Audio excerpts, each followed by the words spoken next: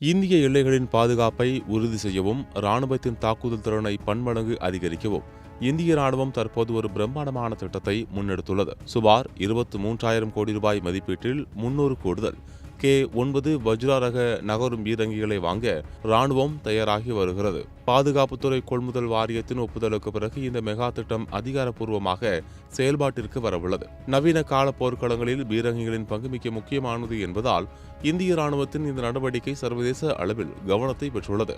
K-9 வஜ்ரா என்பது சாதாரண பீரங்கி அல்ல. இது 155 மில்லிமீட்டர் சுற்றளவு கொண்ட குண்டுகளை சுமார் 40 கிலோமீட்டருக்கும் அதிகமான தூரத்திலிருந்து எதிரி இலக்குகளை துல்லியமாக தாக்கி அழிக்கும் திறன் கொண்டது.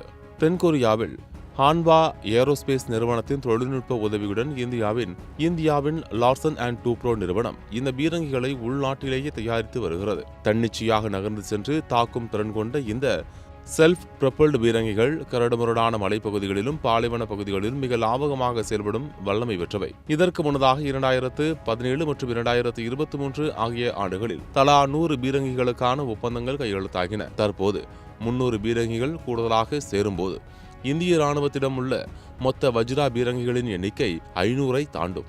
இது சமீபத்திய சதாப்தங்களில் இந்திய ராணுவம் மேற்கொள்ளும் மிகப்பெரிய பீரங்கி கொள்முதல் திட்டங்களில் ஒன்றாகும். குறிப்பாக லடாக் போன்ற மிக உயரமான மற்றும் கடும் குளிர் நிலவும் பகுதிகளில் இவை வெற்றிகரமாக சோதனை செய்யப்பட்டுள்ளன. இதன் மூலம் சீனாவுடனான உண்மை கட்டுப்பாட்டு கோடு மற்றும் பாகிஸ்தான் எல்லைகளில் இந்தியாவின் பாதுகாப்பு அரண் முன்னெப்போதும் இல்லாத வகையில் பலப்படும்.